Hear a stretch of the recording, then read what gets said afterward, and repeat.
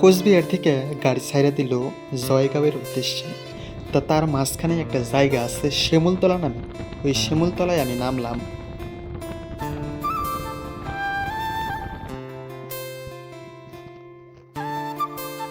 তার নামার পরে দেখি আব্বা একটা সাইকেল নিয়ে বাজারে যায় খাড়াই হয়েছে।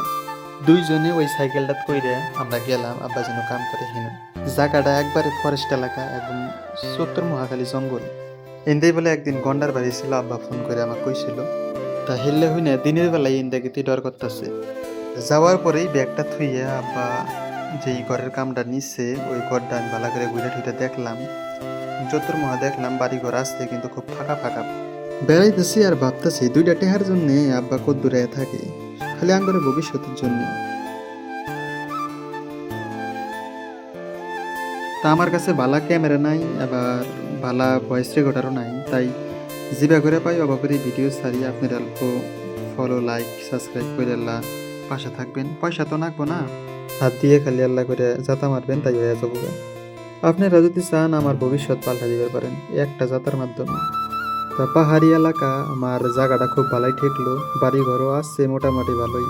তা লাস্টে আইলাম আব্বা জিনু থাকে এই ঘরটার মধ্যে। ঘরের অবস্থা দেখে আমি একবার ইমোশনাল হয়ে পড়লাম।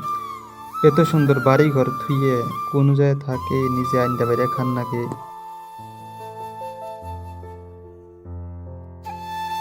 মনে মনে ভাবতেছি যে আমার কাছে যদি এখন 10-12 লাখ টাকা থাকলো নি, আব্বাকে এখানে নিয়ে গেলাম নিকে।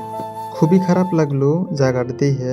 এখন আমার মনে হইতেছে প্রত্যেকটা মানুষই আর প্রত্যেকটা বাপই তার পোলাপানের জন্যে, তার পোলাপানের ভালো ভবিষ্যতের জন্যে যে কোনো জায়গায় থাকবার পায়, এবং কি খোলা আকাশের নিচেও হারা রাত কাটা দিবার পায়। তা আব্বা যেন থাকে হেন গ্যাস শেষ হয়ে গেছিল গা, তাই আব্বা আমাকে হোটেলে নিয়ে এলো খাওয়া দাওয়া করাইয়া। আমি এলাম টোটো দিয়ে সোনাপুর আয়া গাড়ি চললাম। চইটা কুচবিহারায় নামলাম, কুচবিহার নামে তুফানগঞ্জের গাড়ি চললাম। আর গাড়িটা রাজবাড়ির সামনে দিয়ে গেতেছে, তাই আল্লাহ রাজবাড়ির সামানটা আল্লাহ ভিডিও করে নিলাম। আপনি কোথায় কিরম লাগতেছে ভিডিওটা একটু কমেন্টে জানাবেন।